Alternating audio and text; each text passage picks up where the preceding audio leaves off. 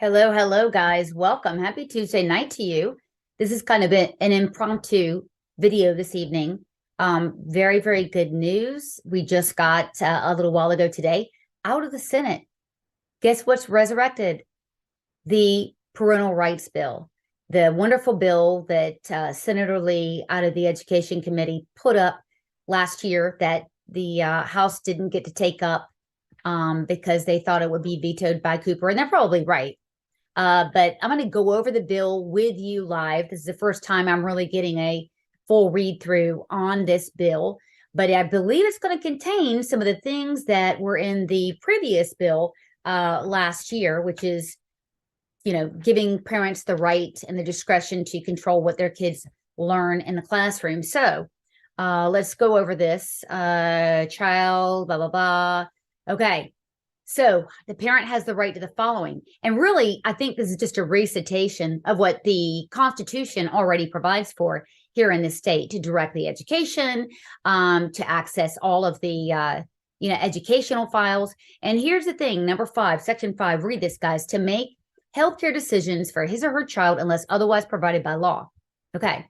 That would be exceptions of, let's say the kid was in foster care, or God forbid, the parents were abusing the child, stuff like that. Okay. But number 5, very important, with the infusion of school psychologists and clinical healthcare teams into the schools, we've got to have this. Okay. Yeah. And here again, number 6, to access and review all medical records. That should go without saying, but in some schools, it doesn't. I'm sure that most school authorities err on the side of transparency. There are some that do not, and that can have a catastrophic outcome. Okay. To prohibit the creation or sharing biometric scams, if they do a blood test or DNA samples, things like that. So that's a big deal. Again, should go without saying. Doesn't always. You can't make a video of a child and share it unless there's certain, criterion met. And this is a big deal. Number 10, to be promptly notified if an employee of the state suspects that a criminal offense has been committed against his or her child, unless it's been reported to the authorities. We here in the last year, unfortunately, have heard of about a half dozen cases from across the state where a child is assaulted, for instance. It's unfortunate, but the parents are often the last to know, and the child can be, pretty injured. And so, this is a good step in the right direction. It depends on how we'll go on in the bill. It depends on how this is going to be enforced. There's got to be some teeth, some accountability to this bill. But number 10, again, should go without saying. Unfortunately, a lot of things nowadays go without saying, and darn if it isn't happening. Okay. Limitations on the right of the parents. Yeah, I mean, that's going to be obviously abusing your kid and, things like that. Absolutely goes without saying. Okay, here's a big one. An employee who encourages, coerces, or attempts to encourage a child to withhold information from the parent can be subject to disciplinary action. This is a big deal with these secretive gender support plans.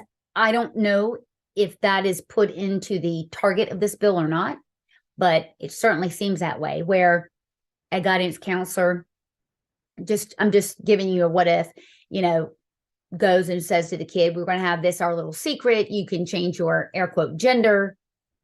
Won't tell the parents. Don't tell the parents. That kind of thing should go without saying. Again, that's the issue. Okay. So it's just saying here, a kid under 18 years of age, the age of consent, that's kind of how they're defining all of this. A parent should be, this is 115C-76.5. See this? Again, just reiterating what the Constitution already lays out there. And the General Assembly finds that parental involvement and empowerment, that's the key to the successful education of students. To strengthen, and this should be the aim of all goals here, to strengthen the relationship between the teacher, the principal, the parents. That's in the best interest of each child. just another, for instance, these secretive gender support plans. Those are the kind of things that erode the trust that is between the child and the parent. Now, the secretive gender support plans, again, North Carolina School Psychologists Association promotes being secretive with the parents. Cannot have that. Okay. So this bill is saying, look, every PSU, every school, every system is going to have to not take these things for granted anymore. Somewhere on the website of the school, or hopefully in the website and in outreach, each school will have to enumerate the rights of the parent. That's really important, because even, parents who are very well involved in the process, they don't know, for instance, that they have a right to speak out at the school board. They don't know what the rules are, the parameters are. And you can see that a lot of working parents, or maybe single parent households, they would be less informed of their rights. So the bill is saying, look, you school, every PSU has the duty to really educate the parent about what their rights are. That's what we want. Okay, legal right of education. Okay, this is already on the books. A parent can say, we're not going to have our child participate in these classes held at these times. Of course, we know that with social emotional learning in particular, that is embedded in all 12 academic subjects. And theoretically, that's a black box that a teacher can, or a district can, insert gender ideology. That's on the DPI's website, where teaching identity is one of the core constructs of SEL, right? And so we'll probably get later on into the bill where the bill will acknowledge, hey, parents don't have to put up with this crap either. Okay, a right to say, hey, I don't want my kid taking the jab because it's against my religion. Okay, fine, good. You can review the test. Again, this is, you can have your kid evaluated either for an IEP, which is a learning status on one end, or AIG, which is on the other, the gifted classes, right? You have a right to do that, and this is important. A lot of times that isn't done. Not out of maliciousness, but the schools are not equipped a lot of times to do that. So if they were hiring social workers to do things like evaluations, and school psychologists to do that, and that was just their job, nobody would have any qualms, because children who are dyslexic or have dyscalculia or other issues, that needs to be addressed and accounted for. And on the other hand, if kids aren't challenged enough, but social workers in the schools are being told, according to the DPI website, that they must engage in social justice. So that's what we have the qualm with. So again, this is just reiterating that, hey, students have the right to be evaluated. Okay, so receive report cards. Okay, yes, of course. I don't think that's a problem that I've heard at all. The right to participate in parent-teacher organizations, yes. Okay, so the right to opt out of certain data collection for their kids. I'll have to look into that a little bit more. Hopefully, that means panorama surveys. I know that a lot of parents really don't feel like they've been notified in a timely fashion of these surveys. That we could do a little bit better on, for sure. Again, they're going to have to make these rights available, and instead of parents having to search on multiple different government agency websites to find out their rights, it's going to need to be required to be all in one centralized location. Student achievement, the State's Board of Education, minimum requirements for public school units. Okay. Just grade progressions, qualifications of the teachers. Okay, great. Yep, family literacy, tutoring.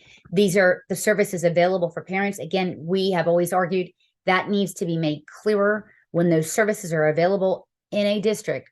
it needs to be a little bit more clear to the parents on how to access that, those services. Educational choices. Okay. This is really along the lines of just a recodification of the rights that are already out there and just enumerating them in this bill. Okay. Okay. So really just transparency, communication, just like we've said.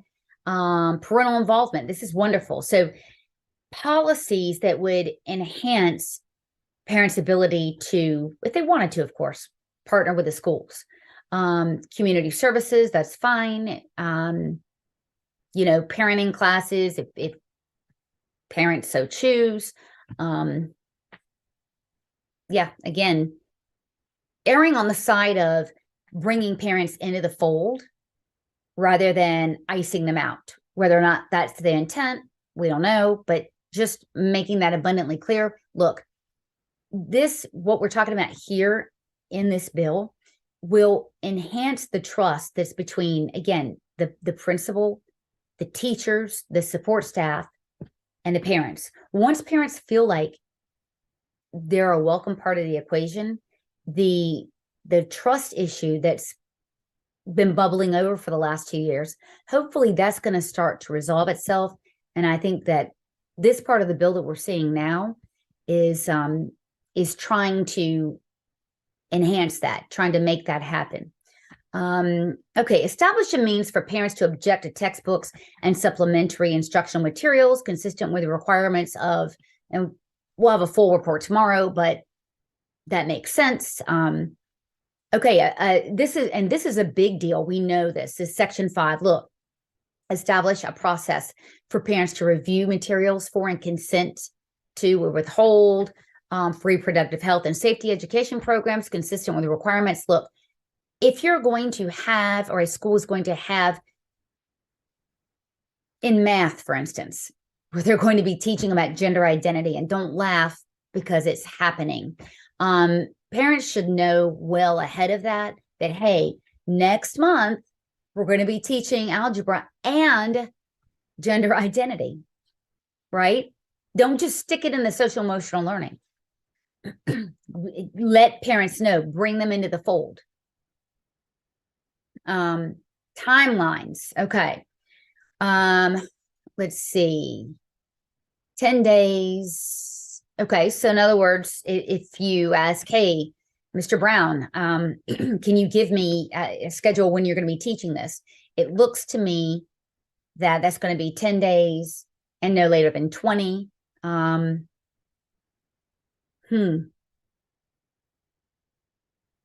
Okay. It seems that parents may have the right to take legal action. And that's what we've always asked for, is that, look, it's going to be hard to police this. Parents have to have the right to police it.